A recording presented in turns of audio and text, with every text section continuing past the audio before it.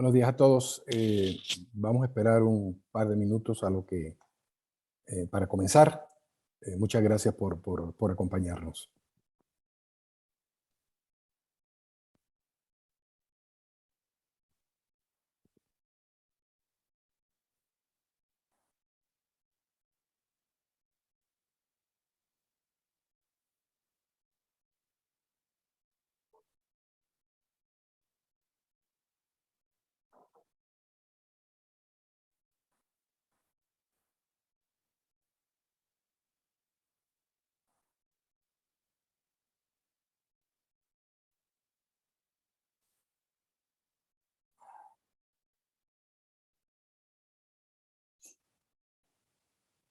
Estamos a punto de comenzar. Vamos a darle un minutito adicional para comenzar con el evento. Buenos días a todos.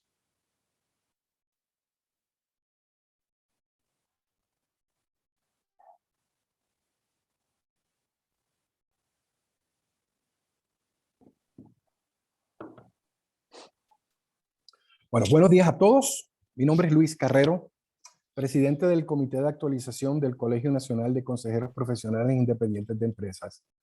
Somos una asociación civil creada con el propósito de impulsar el crecimiento equitativo y sostenible de la sociedad, implementando buenas prácticas de gobierno corporativo.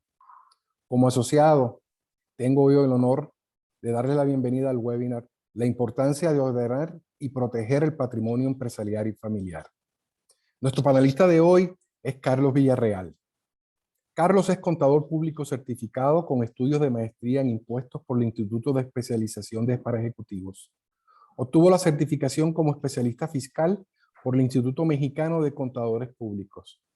Cuenta con 2 diplomados en impuestos internacionales, uno por el ITAM y la Universidad de Duke en North Carolina y otro por el Instituto Mexicano de Contadores Públicos. Participó en el programa ejecutivo para consejeros en la Universidad del Pacífico de Lima, Perú, y la McDonald's Business School de la Universidad de Georgetown. Tiene una certificación en administración para la Escuela de Negocios de Harvard. Participó en el programa internacional para consultores de empresas familiares en Barcelona, España. Participó en el EY Strategic Growth Forum en el 2015 como moderador del panel La importancia de un buen gobierno corporativo familiar. Participó como conferencista en el primer Congreso Internacional sobre Empresas Familiares organizado por el TEC de Monterrey, Campus Guadalajara. Fue presidente del Colegio de Contadores Públicos de Sinaloa, así como de la International Fiscal Association, capítulo Guadalajara.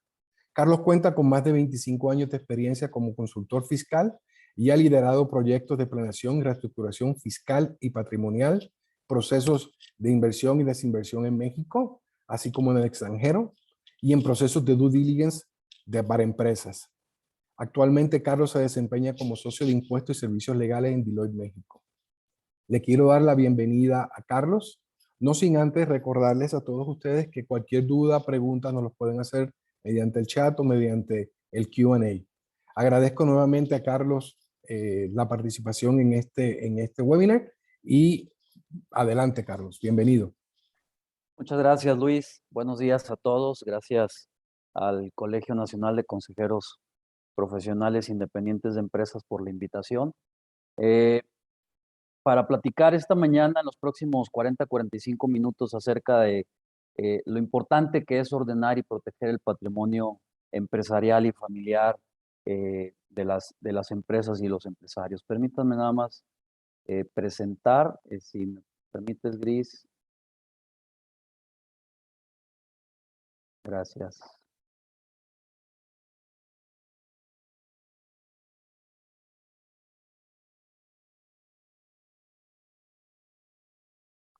¿Pueden ya ver mi presentación, Luis? Perfecto, muchas gracias. Bien, les decía entonces, pues muchísimas gracias, Luis, y al colegio por la invitación para platicar sobre este tema de la importancia de ordenar y proteger el patrimonio empresarial y familiar, tanto de las empresas como de los empresarios en nuestro país. Simplemente a manera de introducción me gustaría hacer una reflexión muy rápida acerca de por qué es importante para todos ustedes como consejeros profesionales independientes este tema. Como ustedes perfectamente lo saben, son estudiosos de esta materia, pues los accionistas y miembros de grupos empresariales familiares enfrentan ciertos desafíos específicos propios de las empresas familiares, que básicamente es lidiar con las decisiones empresariales, con todo lo que tiene que ver con aspectos comerciales, estratégicos, de financiamiento, etcétera, del propio negocio, pero también aquellos aspectos que están vinculados a la propiedad y a la relación familiar. Todos conocemos esta gráfica de la intersección de los tres círculos de la familia, empresa y propiedad, que son muy propios y muy inherentes a la dinámica de la empresa familiar. Por eso es que vemos que tradicionalmente en las empresas familiares hay una interacción muy directa de los dueños, de los accionistas con las decisiones patrimoniales, pero también observamos muchísima interacción o mucha mezcla, diría yo, entre los riesgos de la empresa y el patrimonio familiar. Es muy común que no distinguimos en aquellas empresas familiares o grupos empresariales familiares, pues los bienes que pertenecen a las empresas como tal y aquellos bienes que pertenecen a la familia en el ámbito familiar. Es decir, hay una mezcla constante de estos dos ámbitos de propiedad. Pero además también en los últimos años hemos tenido que lidiar con ese fantasma que ha estado rondando, que es la posibilidad de que se establezcan en nuestro país impuestos a las donaciones, herencias y a los patrimonios, que sin duda tiene también o tendría un efecto también importante sobre las decisiones de la planificación, no solamente sucesoria, sino también fiscal en el presente para todo este tipo de empresarios, precisamente para mitigar este posible riesgo. Y es por todo ello que resulta muy importante que dentro de las prácticas de gobierno corporativo de las empresas se establezcan planes específicos y estrategias muy puntuales que permitan justamente anticiparse a estos riesgos en el ámbito patrimonial y que nos enfoquemos a ordenar y proteger el patrimonio, pero sobre todo también a planear una sucesión patrimonial, no solamente una sucesión de mandos en el ámbito operativo de la empresa, sino también una sucesión en el ámbito patrimonial de manera ordenada. Y es ahí precisamente donde todos ustedes como consejeros profesionales independientes, pues juegan un papel importante agregando valor a sus clientes en algo muy, muy sencillo, pero que en la práctica cuesta mucho trabajo. Generar conciencia en los empresarios sobre la importancia de proteger y ordenar su patrimonio y sobre todo de establecer un buen plan de sucesión patrimonial. Todo esto en favor de la continuidad de la empresa familiar. Ustedes como consejeros profesionales independientes, dentro de sus funciones, dentro de su rol, dentro de los consejos de administración, pues uno de ellos muy importante es precisamente el anticiparse a los riesgos, el poder mitigar los riesgos que enfrenta la empresa. Y uno de los riesgos más importantes que enfrentan las empresas en nuestro país es el riesgo de la continuidad del negocio, sobre todo cuando estamos hablando de un cambio generacional. Entonces, ahí es donde nosotros como consejeros de empresas, como profesionales que asesoramos tanto a las empresas como a los empresarios, pues debemos de hacer conciencia en estos empresarios de que existe este riesgo de continuidad y sobre todo si no tenemos un plan de sucesión patrimonial debidamente implementado. Eh, Dicho esto, me permito iniciar entonces con la presentación sobre la importancia de ordenar y proteger el patrimonio empresarial y familiar. Y también vamos a platicar un poco acerca de algunas de las estructuras legales que la legislación fiscal y empresarial mexicana nos permiten utilizar para efectos de cumplir con este propósito de tener un patrimonio debidamente ordenado y protegido, tanto en el ámbito empresarial como en el ámbito fiscal. Pero antes de entrar de lleno al tema de la planeación patrimonial, creo que es importante solamente un slide para hacer algunos comentarios desde el ámbito fiscal. Eh, en los últimos años, como comentaba hace un momento, el tema fiscal se ha vuelto también un driver importante para que los empresarios hagan conciencia y tomen acciones concretas para efectos de ordenar y proteger su patrimonio, tanto en la parte empresarial como en la parte familiar. Todos sabemos que en los últimos años se han implementado una serie de medidas, no solo por el fisco mexicano, sino por los fiscos a nivel mundial, de mayor transparencia y mayor acceso a la información fiscal de los contribuyentes. Conocemos, por ejemplo, desde hace algunos años la ley FATCA que se utiliza por México y Estados Unidos, que posteriormente se convirtió en una iniciativa global que dio lugar al CRS o al estándar de intercambio de información global, donde prácticamente está la mayor parte de los países del mundo, incluyendo todos los socios de la OCDE, donde participa también México. Pero también hemos recibido como país una serie de recomendaciones de la OCDE en materia de iniciativas fiscales para transparentar las inversiones en regímenes fiscales preferentes o como coloquialmente se les llama paraísos fiscales. Y la última novedad que entró en vigor este año es el tema de la identificación y el reporte de los beneficiarios controladores. Todo esto no es otra cosa que un esfuerzo de los fiscos a nivel mundial, donde México está también sumado a esta iniciativa, de tener una mayor transparencia y visibilidad del patrimonio, de las operaciones que realizan las personas, los contribuyentes, a efectos de que pueda haber pues, un debido cumplimiento de las obligaciones fiscales. Entonces, también esto es importante que los empresarios lo tengan muy claro. En el pasado, cuando no existía toda esta transparencia, pues había un poco más de margen de poder llevar a cabo ciertas operaciones o ciertas estructuras jurídicas, tanto en México como en el extranjero, que nos permitían tener una mayor optimización desde el punto de vista fiscal. Hoy las reglas del juego han cambiado y hay que tener conciencia de esto también en el ámbito de la planeación patrimonial y en el ámbito de la protección del patrimonio empresarial y personal.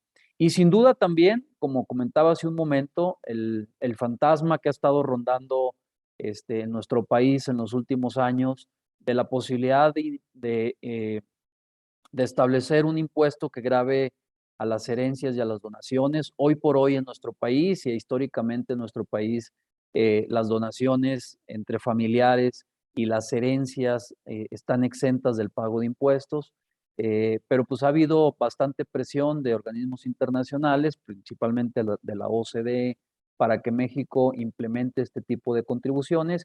Y esto es otro driver, esto es otro elemento adicional que hay que tomar en cuenta a la hora de pensar en la planeación patrimonial.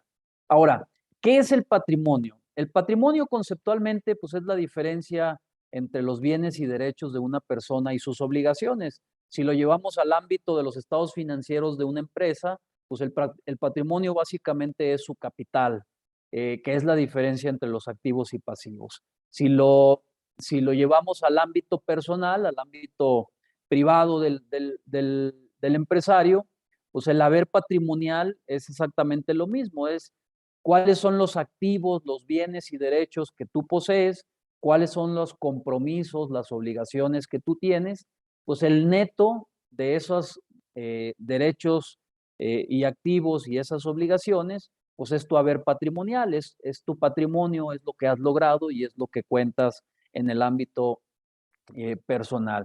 Y el patrimonio de una persona, de un individuo, de un empresario puede ser aquel patrimonio que está afecto a una actividad empresarial, es decir, que está inmiscuido en sus empresas, en su actividad empresarial, y el privado, que básicamente es el patrimonio personal o el patrimonio que ya pertenece a los miembros de la familia.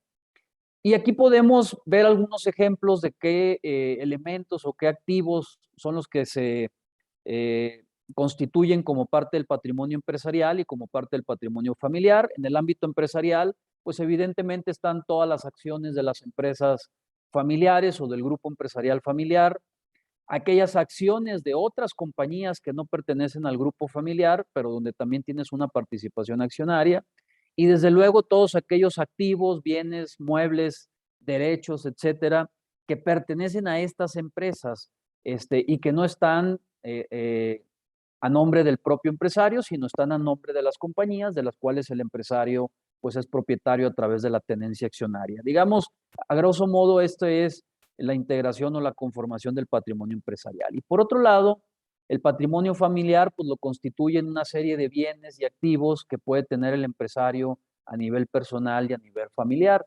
Y aquí podemos hablar pues tanto de cuentas bancarias, de ahorros, de inversiones, podemos hablar de divisas, podemos hablar de monedas, podemos hablar de bienes muebles como automóviles, obras de arte, joyas, aeronaves, embarcaciones.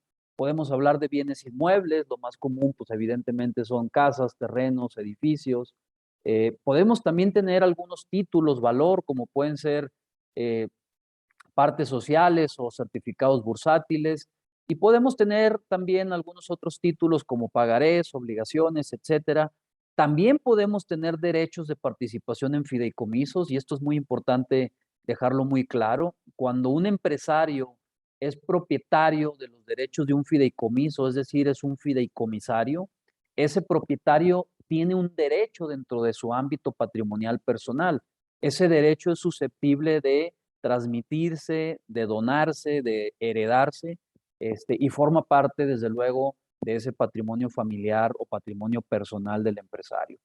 Pero también es muy común en nuestro país que algunas de las marcas que operan en los negocios, pues están registradas por los propios accionistas, por los propios empresarios. Entonces, en el ámbito personal, también podemos encontrar este tipo de marcas, patentes, derechos de autor y otro tipo de bienes intangibles que forman parte, insisto, del patrimonio familiar o del patrimonio individual del empresario. ¿Por qué es importante tener muy claro qué integra el patrimonio empresarial y qué integra el patrimonio familiar? Porque cada uno de ellos merece un tratamiento diferente, es decir, a la hora de pensar en la planeación patrimonial, en ordenar y proteger el patrimonio, pues el patrimonio que está afecto a las empresas se protege y se ordena de una manera distinta al patrimonio que pertenece al ámbito personal y familiar del empresario. Ahora, oye, ¿y cómo podemos hacer este ejercicio de ordenar y de proteger el patrimonio? A nosotros nos ha funcionado muy bien una metodología muy sencilla de 3 pasos. Básicamente, el primer paso consiste en ordenar el patrimonio. Por cuestiones de ideología, por cuestiones, de a veces de no ser ordenados en el tema personal, muchos empresarios van adquiriendo bienes. Muchos de estos bienes no están 100% regularizados.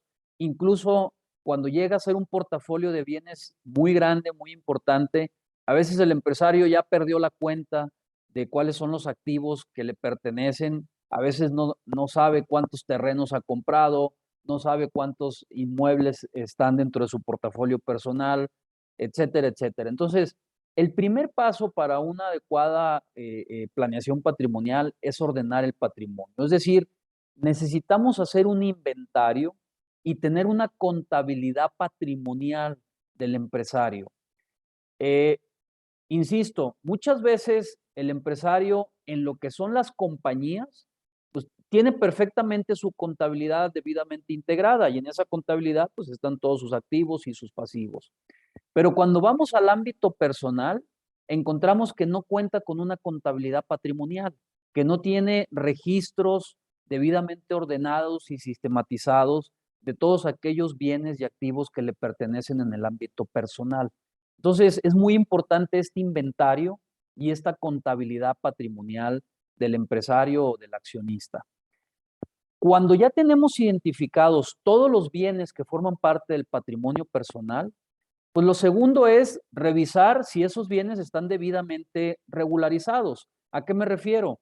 Si la propiedad está debidamente transmitida, si hay todavía escrituras que a lo mejor no se han llevado a cabo, si hay todavía algunos activos que no están a nombre del empresario, si hay activos que a lo mejor no han pagado los impuestos correspondientes a la propiedad, si hay activos que quizás no están debidamente documentados con sus facturas de adquisición o con sus escrituras de adquisición, etcétera, etcétera. Entonces, necesitamos también regularizar la propiedad de todos los bienes, que todos aquellos activos y bienes que están dentro del inventario, que están dentro de la contabilidad patrimonial, estén debidamente regularizados y la propiedad esté perfectamente regularizada. Y un tercer paso dentro de este orden del patrimonio, pues es saber cuál es el valor de esos activos o de esos bienes que conforman el patrimonio. Muchas veces el empresario ni siquiera sabe lo que ha incrementado el valor de su patrimonio, porque adquirió ciertos bienes en el pasado, esos bienes han tenido una plusvalía importante y hoy por hoy en mi contabilidad patrimonial, en el mejor de los casos, lo tengo registrado a su valor histórico y no he tenido el cuidado de reconocer esa revaluación que mis activos están teniendo por el transcurso del tiempo o por algún evento importante que hubiese surgido. Entonces, es importante de manera periódica, no necesariamente todos los ejercicios, pero sí tener una práctica, no sé, de 3, de 4, de 5 años, ir haciendo una actualización de los valores. Esto puede ser a través de un avalúo, si lo queremos hacer de manera muy formal, o puede ser a través de algún ejercicio de revaluación del valor de los bienes, si solamente queremos tener un valor de referencia. Con esto entonces tendríamos ya un primer escalón debidamente cumplido, que es el ordenar el patrimonio. Pero inmediatamente después de que ya lo tengo perfectamente inventariado, regularizado y evaluado, lo siguiente es, oye, necesito protegerlo y necesito optimizar mi patrimonio. ¿A qué nos referimos con esto? Muchas veces el empresario, cuando mezcla las operaciones de las empresas con su patrimonio personal, pues encontramos que algunos de los bienes que tiene el empresario a título personal están comprometidos en la operación del negocio, ya sea a través de garantías, ya sea a través del uso de estos activos en actividades empresariales, sin el cobro de una contraprestación correspondiente, etcétera, etcétera. Entonces, necesitamos también tener identificados todos aquellos gravámenes o todas aquellas condiciones que se le hubieran puesto a los bienes del patrimonio personal para tratar de desligarlo y tratar de separarlo del riesgo propio de los negocios, que mis activos personales y familiares no estén afectos o no estén, digamos, siendo cubiertos por algún riesgo de la empresa, de algún riesgo empresarial, en donde quizás sí estoy dispuesto a asumir riesgos mayores como parte de mi actividad empresarial, no así en la parte de mi patrimonio personal. Y lo segundo es, pues, empezar a obtener beneficios de ese patrimonio personal. Es muy común encontrar que en las empresas están utilizando terrenos, edificios, marcas, patentes, activos, etcétera, que son propiedad de los miembros de la familia, que los está utilizando la empresa y resulta que no les están remunerando ese uso. Es decir, no se están pactando contraprestaciones a valor de mercado para el uso y disfrute de todos esos activos personales dentro del ámbito empresarial. Lo más común a veces es, por ejemplo, las marcas. Cuando las marcas fueron desarrolladas y registradas por los miembros de la familia, pero esas marcas son las que están operando los negocios del grupo empresarial, pues nos encontramos que no se están cobrando regalías por uso de marca o que se están utilizando las oficinas en un edificio propiedad de la familia y no se están cobrando rentas, o se están utilizando terrenos como patios, etcétera, y no se están cobrando rentas por el uso y disfrute de esos bienes. Entonces, aquí necesitamos analizar cuáles son las opciones legales y fiscales que nos permitan optimizar la carga tributaria de la persona física y sobre todo la generación de flujos de efectivo para la familia. No esperar a que la empresa decida decretar dividendos para poder hacerle llegar recursos a los miembros de la familia, sino también una buena práctica es a través de estos activos que se están utilizando en la actividad empresarial, poder tener ciertos rendimientos a nivel personal, a nivel familiar, con una debida planeación fiscal, pues se puede optimizar muchísimo este recurso. Y finalmente, la tercera etapa es, ya tengo debidamente ordenado mi patrimonio, ya lo tengo perfectamente protegido y ya estoy optimizando mi patrimonio desde el punto de vista económico y fiscal, pues lo que tengo que pensar es que en algún momento tendré que llevar a cabo la transferencia de ese patrimonio. Si no tengo un evento como sería la implementación de un impuesto a las herencias y a las donaciones, que me obligue a actuar de manera rápida, pues sí puedo ir planeando un proceso paulatino de sucesión patrimonial y hereditaria. Evidentemente, si Si en México se implementa de la noche a la mañana un impuesto que grave herencias y donaciones, pues quizás voy a tener que actuar de manera mucho más ágil, y no va a ser un proceso tan largo y tan pausado. Pero si no existe esta situación, pues lo que vale la pena es ir haciendo un plan de sucesión patrimonial, un plan de sucesión que me permita ir transfiriendo de manera ordenada el patrimonio que se ha construido durante la vida del empresario, que me permita ir administrando cualquier riesgo que se pueda presentar con los miembros de la familia, de tal manera que cuando la transferencia del patrimonio esté 100% concluida, el negocio y las empresas familiares no resientan este proceso de sucesión patrimonial, que sea algo natural y que no ponga en riesgo, eh, digamos, la continuidad del negocio familiar. ¿Cuántas veces no hemos conocido o hemos incluso sido parte de algunas historias de familias empresarias donde tienen un negocio familiar exitoso, pero que cuando llega el momento de la transmisión patrimonial, cuando llega el momento de la sucesión de la propiedad de las acciones o del patrimonio de la familia, pues existen los conflictos entre los miembros de la familia, normalmente de la siguiente generación, y todo aquel negocio que se construyó y que fue exitoso, pues se pone en riesgo su continuidad, no porque el negocio en sí mismo no sea exitoso y no tenga un buen plan de negocios, sino porque los accionistas y los sucesores, los herederos en muchos de los casos, pues no se ponen de acuerdo en el tema de la sucesión patrimonial y entonces esto nos lleva a, en muchas de las ocasiones, que la empresa familiar o el grupo empresarial familiar pues no subsista a la siguiente generación, insisto, no por un tema empresarial, sino por un tema de no ponerse de acuerdo en el ámbito de la propiedad. Evidentemente, todos estos pasos se tienen que desarrollar y se tienen que aplicar tomando en cuenta el análisis de la situación familiar de cada grupo empresarial, de cada grupo familiar. Y aquí intervienen diversos factores como el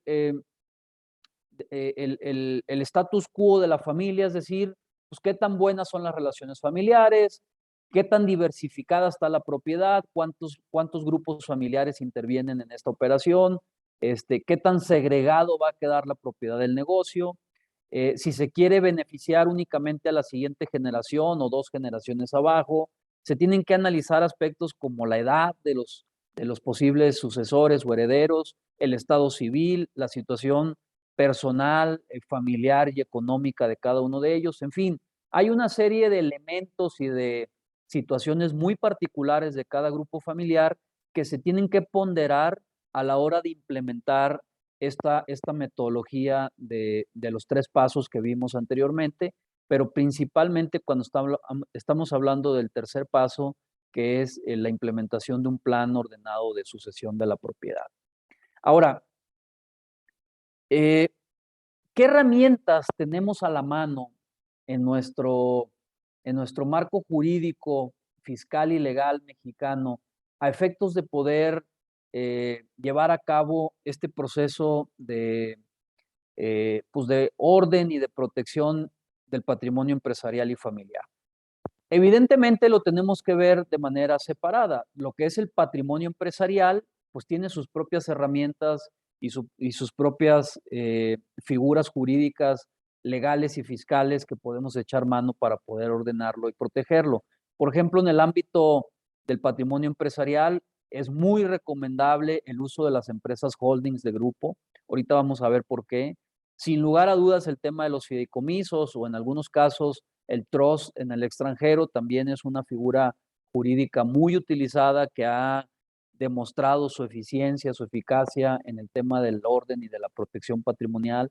Y existen otros un poquito menos de uso general, pero que también pueden ser muy útiles, como pueden ser los seguros entre socios, el seguro de hombre clave, la donación de acciones, cuando el, el, el, digamos, el patriarca o el titular del patrimonio está en condiciones de poder llevar a cabo una donación a la siguiente generación de manera ordenada, sin ningún problema. Y esta donación pues, puede ser de 1000 maneras, puede ser con condiciones suspensivas, puede ser con una temporalidad, puede ser con una reserva de usufructo vitalicio, puede ser incluso con condiciones, con reserva de derechos corporativos, etcétera. Entonces, hay una serie de herramientas que están previstas en nuestra legislación civil y mercantil, pero también en nuestra legislación fiscal, que nos permite poder hacer una debida protección y planeación del patrimonio empresarial.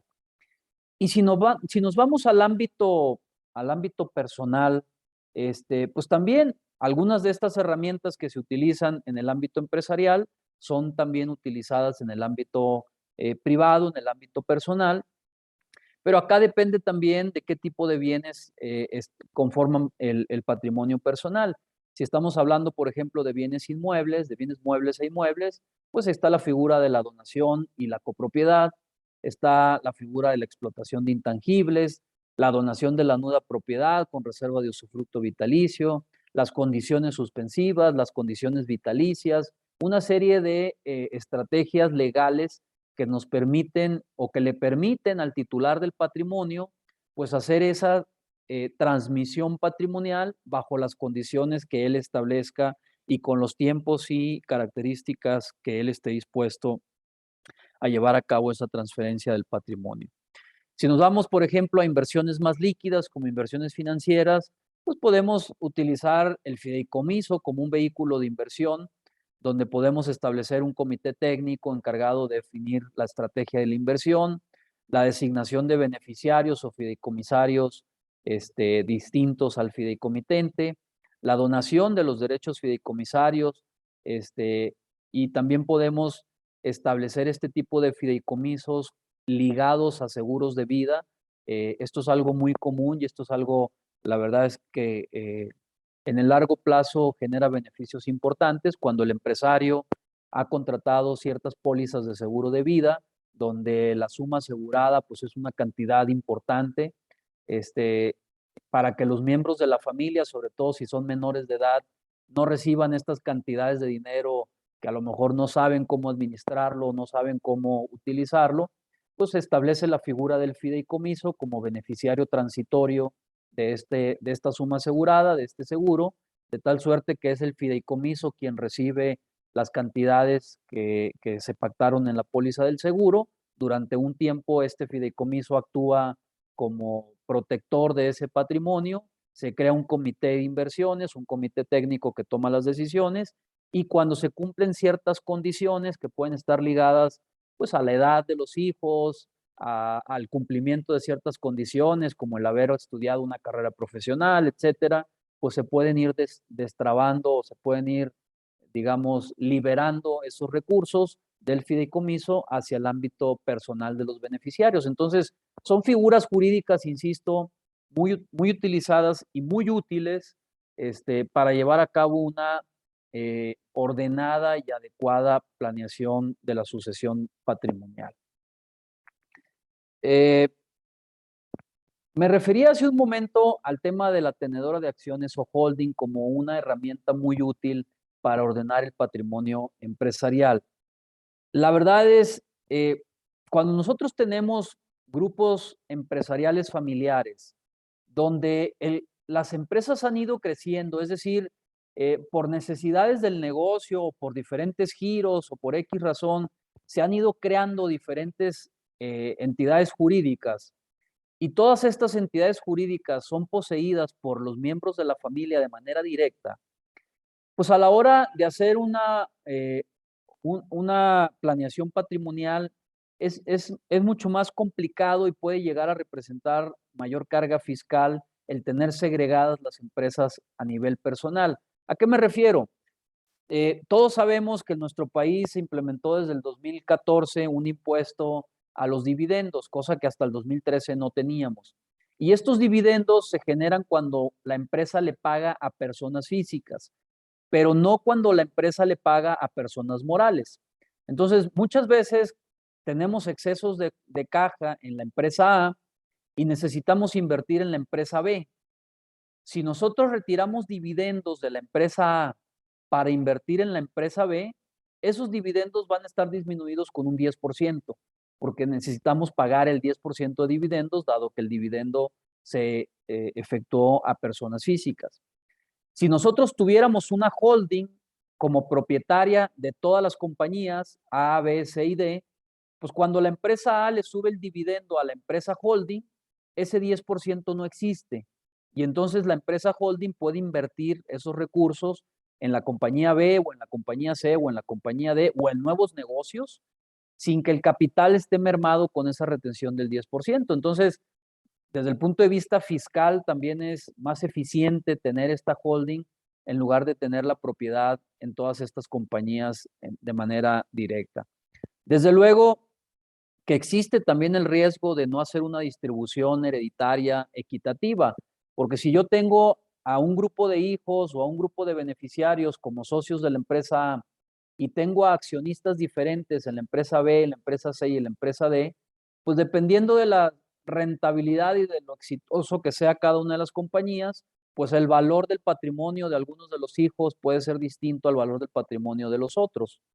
En cambio, cuando yo tengo concentrada la propiedad del grupo empresarial en una holding, pues no tengo este problema porque todos los beneficiarios son accionistas a nivel de la holding y participan de manera indirecta en todas las compañías, sean ganadoras o sean perdedoras. La toma de decisiones se pulveriza cuando no tenemos una holding. El riesgo de continuidad de la empresa familiar crece porque se va diversificando la tenencia accionaria. No existe una identidad de grupo en la mayoría de los casos cuando no estamos constituidos con una holding empresarial.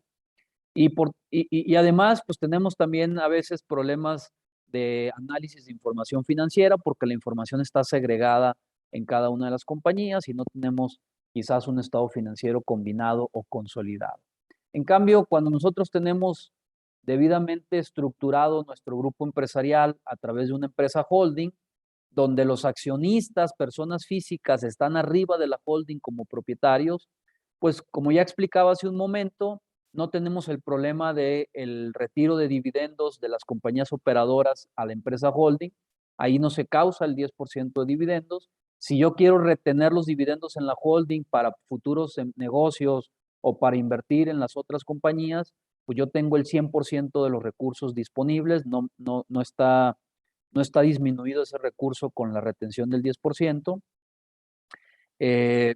La distribución de la propiedad de las compañías se hace una vez a nivel de la holding, por lo tanto, basta con que el empresario determine qué porcentaje le quiere dejar a cada uno de los miembros de la familia de la propiedad de la holding para que ya automáticamente sean propietarios de todo el grupo empresarial. La toma de decisiones es mucho más ágil porque se concentra en un consejo empresarial arriba de la holding, donde se pueden tomar decisiones a nivel de las demás empresas del grupo. Facilita la comunicación, la continuidad de la empresa familiar al concentrarse las decisiones en un ente corporativo. Le da identidad al grupo, es mucho más fácil tener una identidad corporativa cuando estamos constituidos como grupo empresarial y no como empresas aisladas. Y desde luego, pues podemos tener acceso a información consolidada que nos ayude a la toma de decisiones. Entonces, sin lugar a dudas que la holding empresarial es una herramienta muy útil. Hay mecanismos para poder hacer la transferencia de acciones de las compañías operativas a la empresa holding. No es un proceso sencillo, pero es un proceso viable, es un proceso que se puede llevar a cabo y que pues ya hay muchísimo camino recorrido en ese sentido. Y finalmente, me quisiera referir un poco a la figura jurídica del fideicomiso, como una herramienta muy útil para el tema del orden y de la protección del patrimonio, tanto familiar como empresarial. Como todos ustedes saben, el fideicomiso es un contrato previsto en nuestra legislación civil y mercantil. Básicamente señala que es un contrato mediante el cual el fideicomitente, es decir, la persona que aporta los bienes al fideicomiso, transmite a una institución fiduciaria la propiedad o la titularidad de uno o más derechos o bienes para ser destinados a un fin determinado que tiene que ser lícito y tiene que estar debidamente establecido en el clausulado del contrato, encomendando la realización de dichos fines a la propia institución financiera de acuerdo a lo que se hubiese establecido en el contrato de fideicomiso. En la práctica, este fideicomiso o esta figura de fideicomiso se utiliza como un mecanismo, un vehículo para llevar a cabo todo tipo de negocios, tanto negocios empresariales como cuestiones de protección patrimonial. El fideicomiso cada vez toma más fuerza en nuestro país, costó mucho trabajo y pasaron muchos años para que los empresarios se animaran a utilizar este tipo de figuras jurídicas, sobre todo en el ámbito patrimonial. Quizás en el ámbito empresarial sí es un poco más utilizado, pero cada vez más vemos que en aquellos grupos familiares que son propietarios pues, de un patrimonio considerable, están viendo el fideicomiso como la herramienta más utilizada o más adecuada para efectos de poder proteger y ordenar su patrimonio y sobre todo de establecer condiciones específicas para la transferencia de ese patrimonio a la siguiente generación. Entonces, perdón, eh, en el fideicomiso tenemos básicamente tres partes. El fideicomitente, que es la persona que es propietaria de los bienes y que decide tomar esos bienes para aportarlos al fideicomiso. Es decir, se desprende de la propiedad de los bienes y transmite la propiedad fiduciaria a la institución bancaria que actúa como fiduciario. En nuestro país, en términos generales, únicamente están autorizadas para operar como fiduciarias a las instituciones financieras.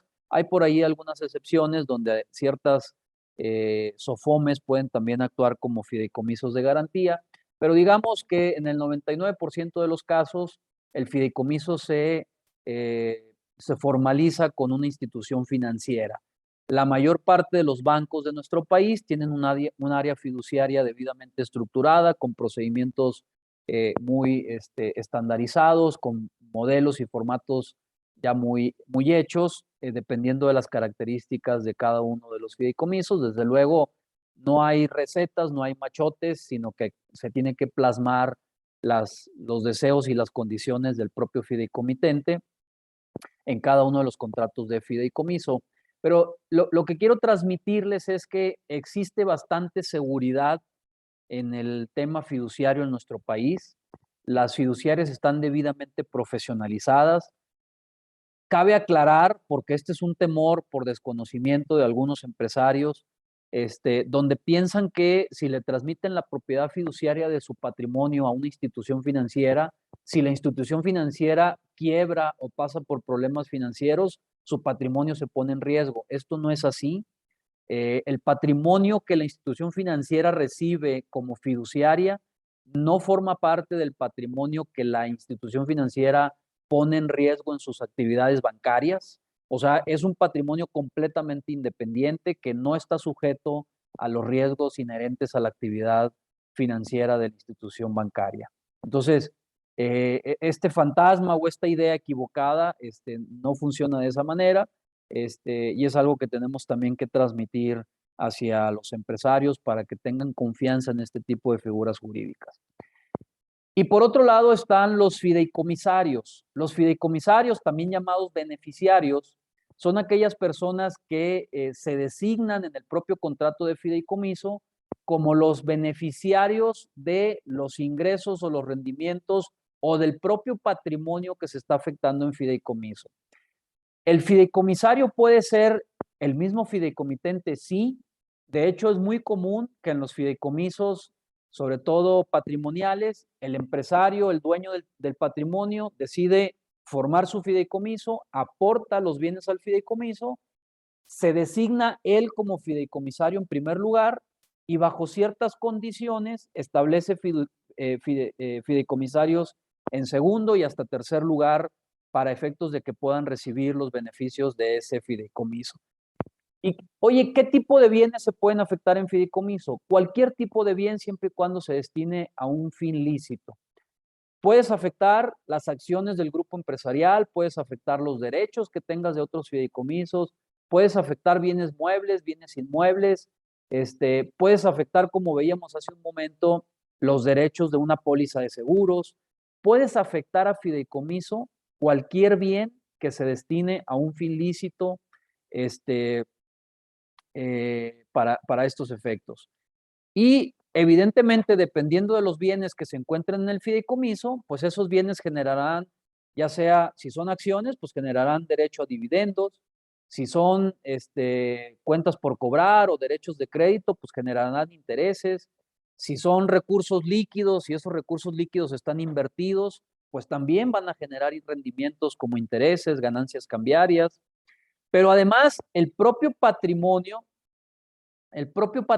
que se aporta en el fideicomiso, pues también es susceptible bajo ciertas condiciones de desafectarse del fideicomiso y pasarse a la propiedad de los beneficiarios o fideicomisarios.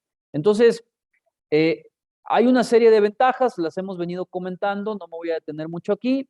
Existen diferentes tipos de fideicomisos de garantía, de administración y de inversión.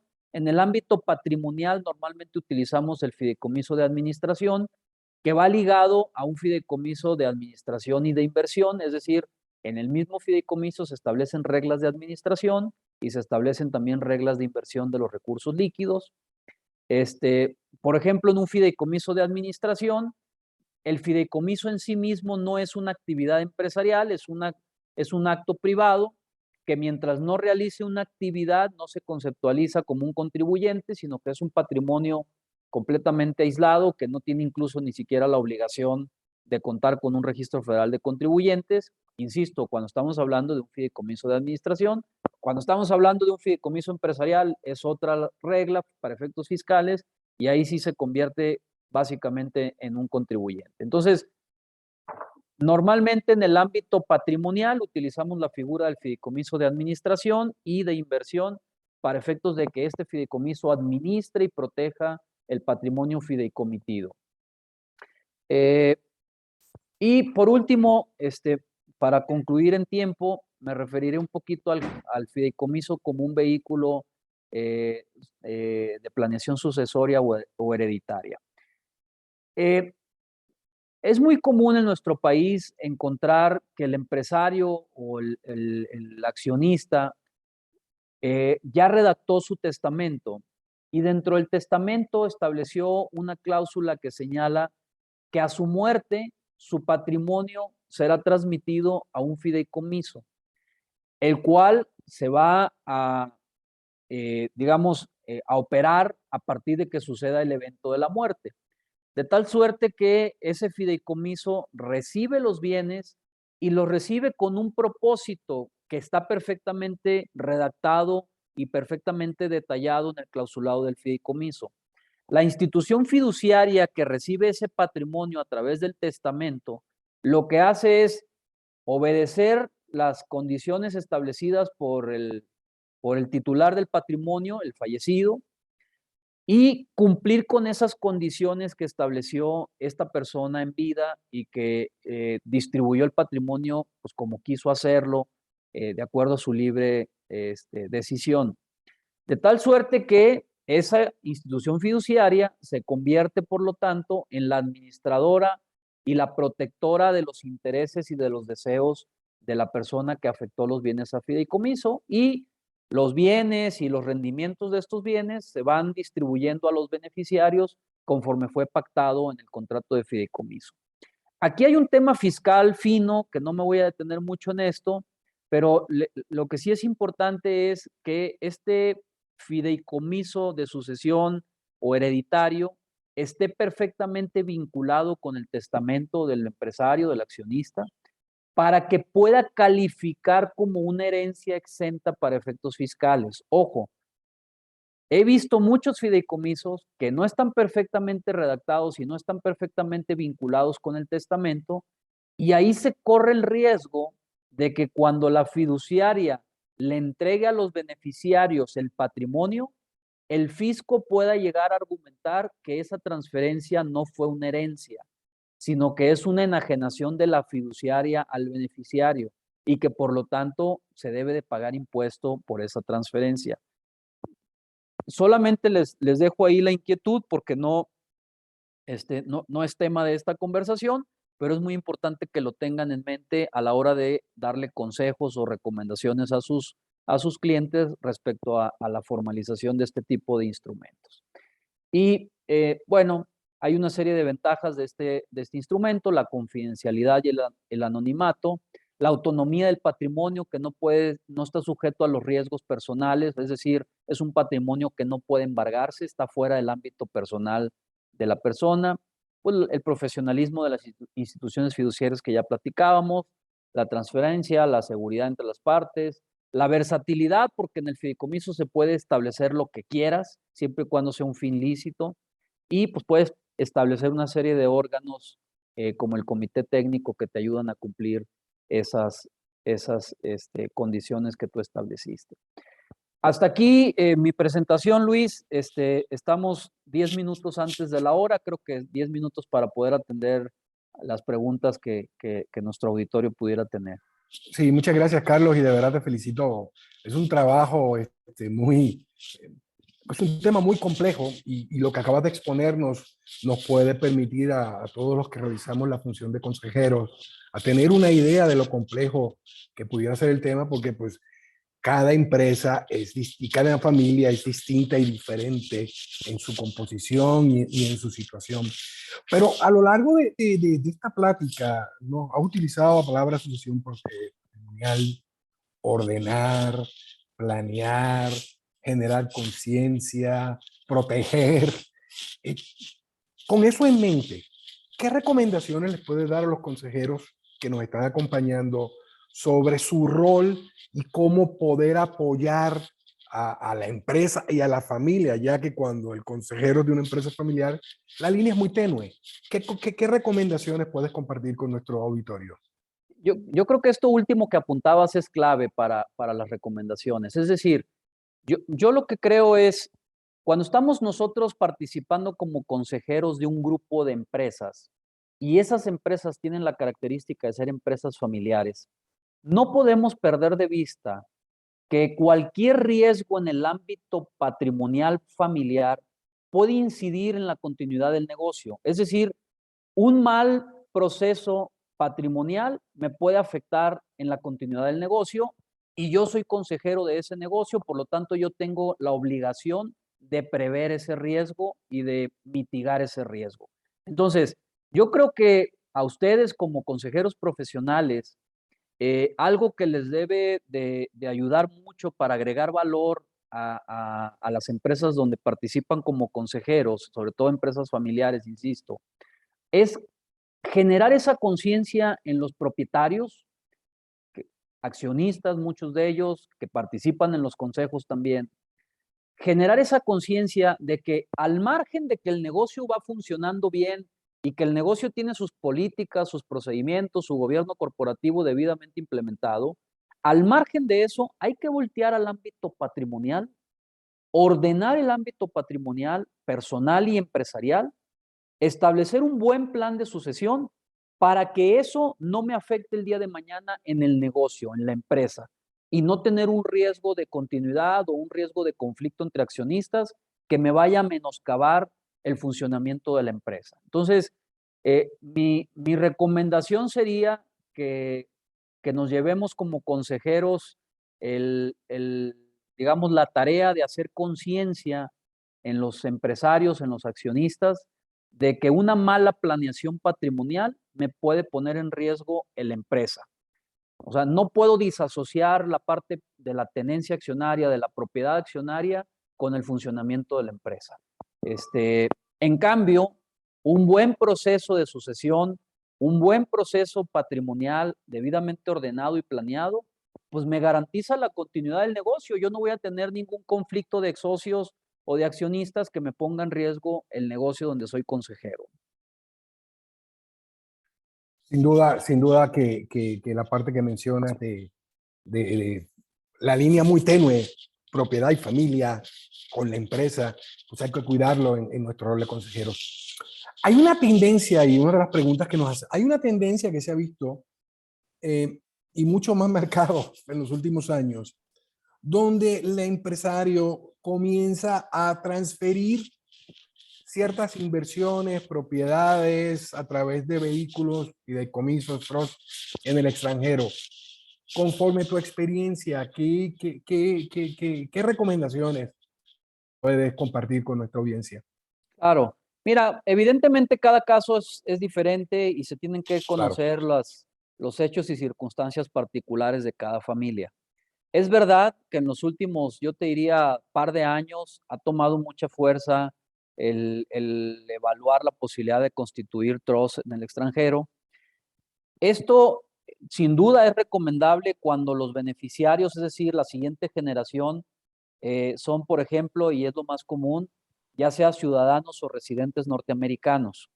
O sea, es muy común en familias mexicanas que algunos de los hijos o todos los hijos nacieron en Estados Unidos.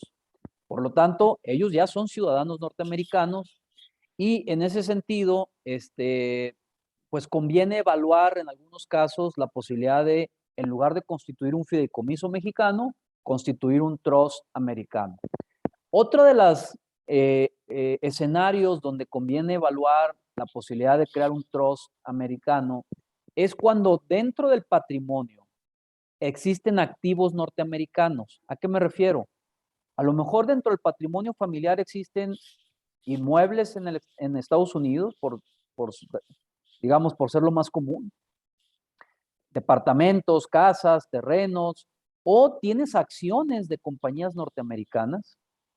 Y entonces esos activos ya son sujetos a los impuestos de transmisión patrimonial americanos, al estate tax o al gift tax.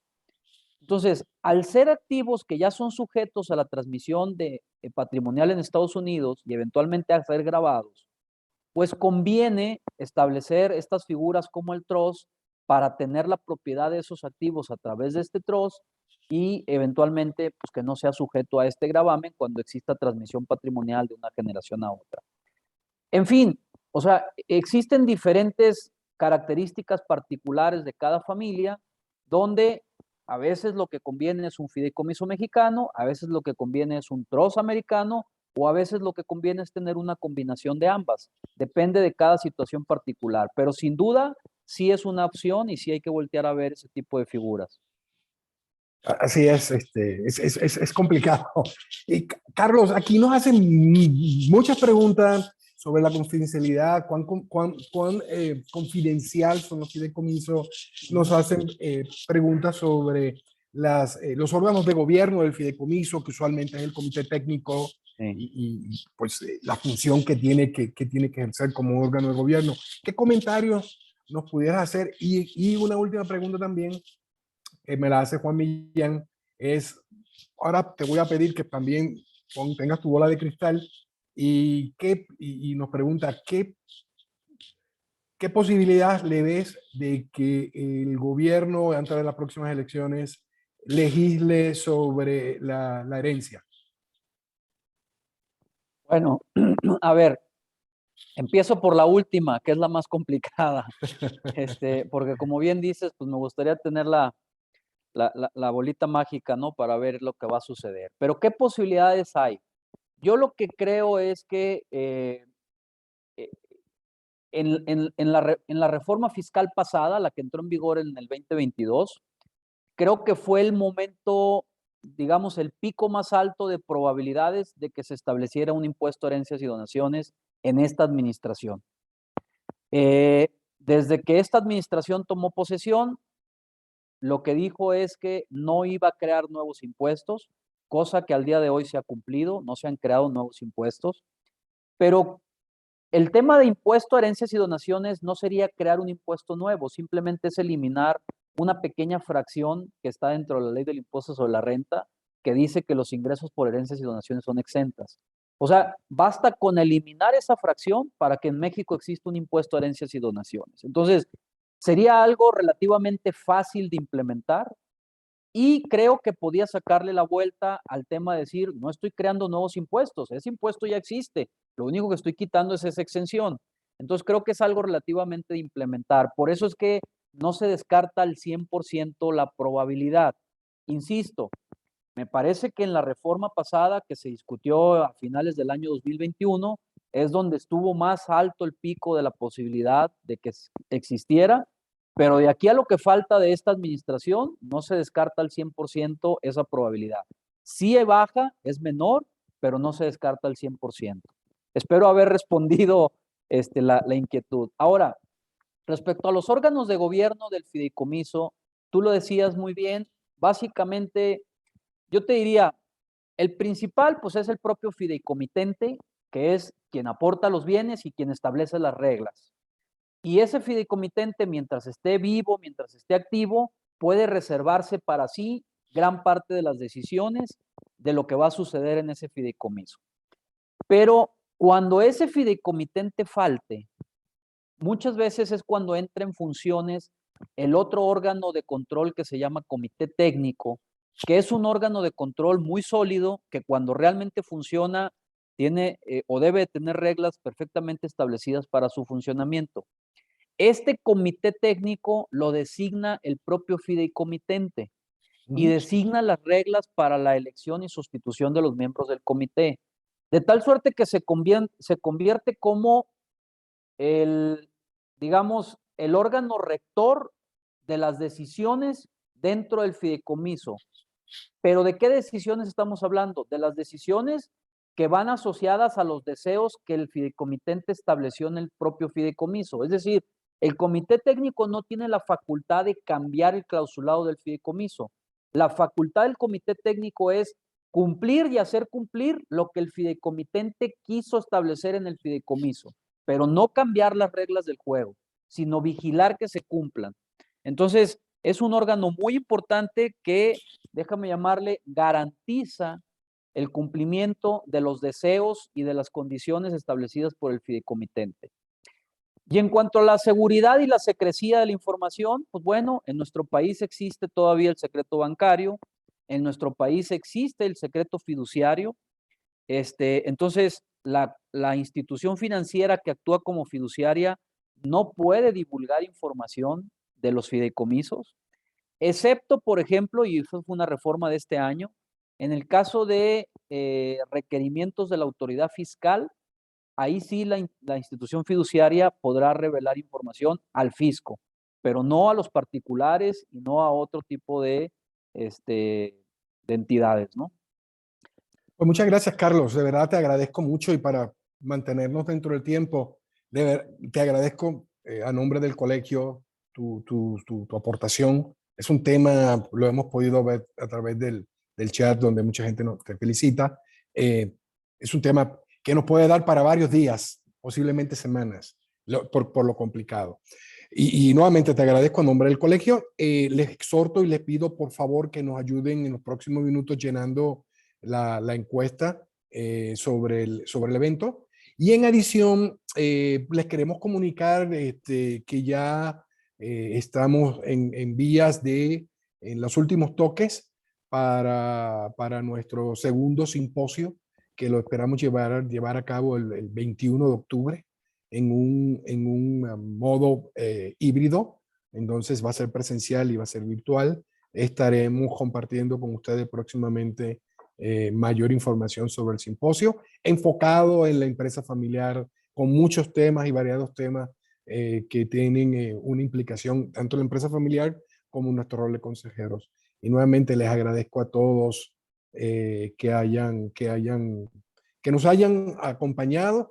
Les deseo a todos muy buen día y gracias. Estén pendientes a nuestros próximos eventos. Saludos. Gracias, saludos.